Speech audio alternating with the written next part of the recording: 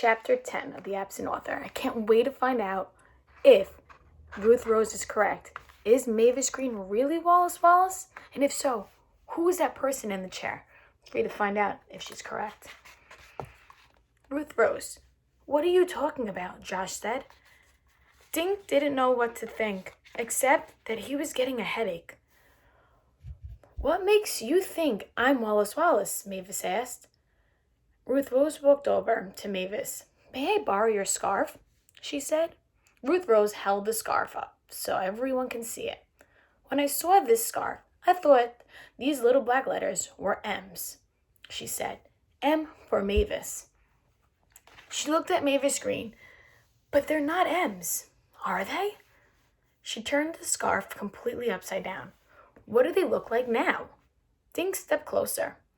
They're little W's now. Right, W, for Wallace Wallace. Ruth Rose pointed at the man. You just said you live in a little cottage, but Wallace Wallace lives in a big castle in Maine. It says so on the cover of The Silent Swamp. Ruth Rose pointed at Mavis's book bag. See, your bag, again, made me remember something I thought of today. Josh read that your castle was called Moose Manor. There's a picture of a moose on the side of your bag. Ruth Rose handed the scarf back to Mavis, and we read that Wallace Wallace's favorite color is green. You like green ice cream, and you chose Mavis Green as your fake name. Everyone's staring at Ruth Rose, except for the man they had untied. He started laughing. The cat's out of the bag now, sis, he said. Then Mavis laughed and gave Ruth Rose a hug. Yes, Ruth Rose, Mavis said. I really am Wallace Wallace. She put her hand on the man's shoulder. And this is my brother, Walker Wallace. We've been planning my kidnapping for weeks. Dink stared at Mavis, or whoever she was. You mean Wallace Wallace is a woman? He said. Yes, Dink, I am a woman, and I'm definitely Wallace Wallace. She winked at him. Honest. Mavis, the real Wallace Wallace, sat on the bed. She took off her glasses and pulled the barrettes out of her hair. She shook her hair until it puffed out in a mass of wild curls. Thank goodness I can be myself now, she said. All day I've had to act like timid Mavis Green. I can't wait to get out of this fuddy-duddy dress and into my jeans again. She kicked off her shoes and wiggled her toes in the air. Boy, does that feel good. Dink blinked and shook his head. Mavis Green was really Wallace Wallace? He couldn't believe it. But why did you pretend to be kidnapped? He asked. The real Wallace Wallace grinned at the kids' surprised faces. I owe you an explanation, she said. My new book is about a children's mystery writer who gets kidnapped. In my book, some kids rescue the writer. I wanted to find out how real kids might solve the mystery, she explained. She smiled at Dink. Then your letter came, inviting me to Green Lawn. That's what gave me the idea to fake my own kidnapping. I'd become Mavis Green and watch what happened. Oh yeah, Dink said. In your letter, you said you were going to do some research in Connecticut.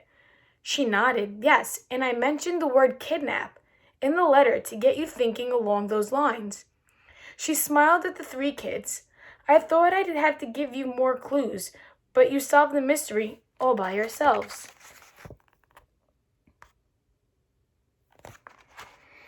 Dink laughed. You recognized me in the bookstore from my picture, he said.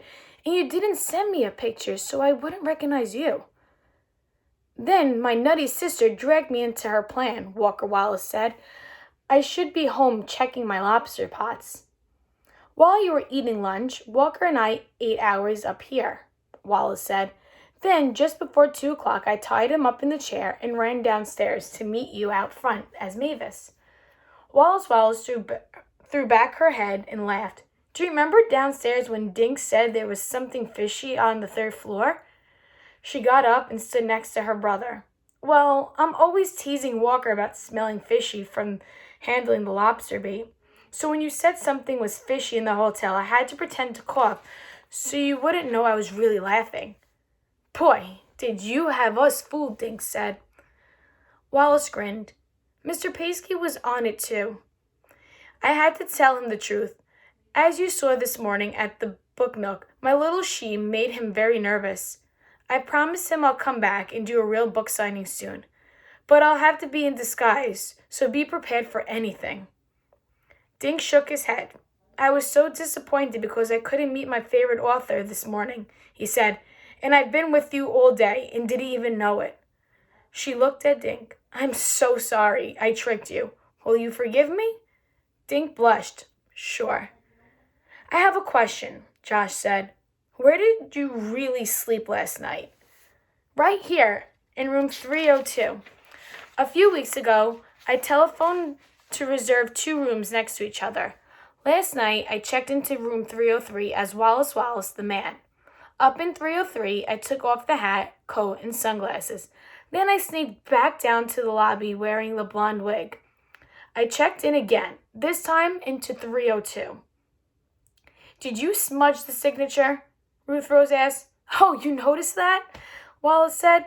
I'm really used to saying my real name in books. I started to write Wallace, so I had accidentally smudged it.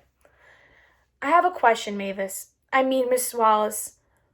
What should we call you? Dink asked.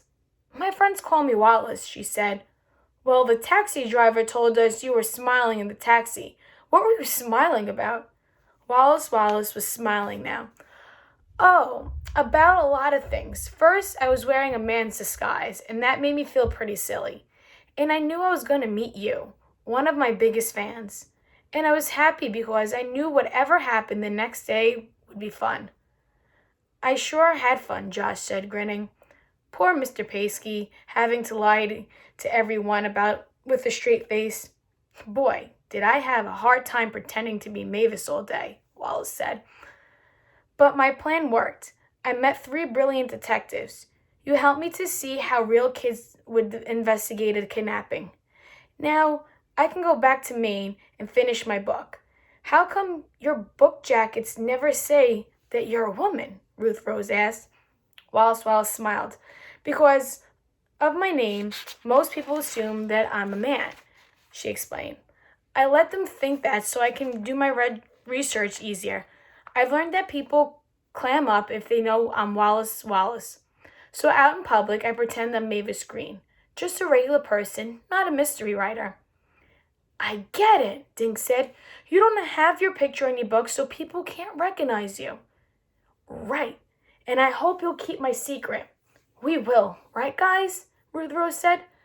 Thank you. Any more questions? Wallace asked. Yeah, Walker said, giving his sister a look. When do we leave? I got lobster waiting for me. I have a question too, Dink said. Will you send me your picture now? Yes, but I'll do better than that, Wallace said. I'll dedicate my next book to my 3 new friends. Dink, Josh, and Ruth Rose did a triple high five. Excuse me, Mr. Linklater said from the door where he had been standing. They all looked at him. It's nearly checkout time. Everyone laughed. Mr. Linklater smiled. Just a little.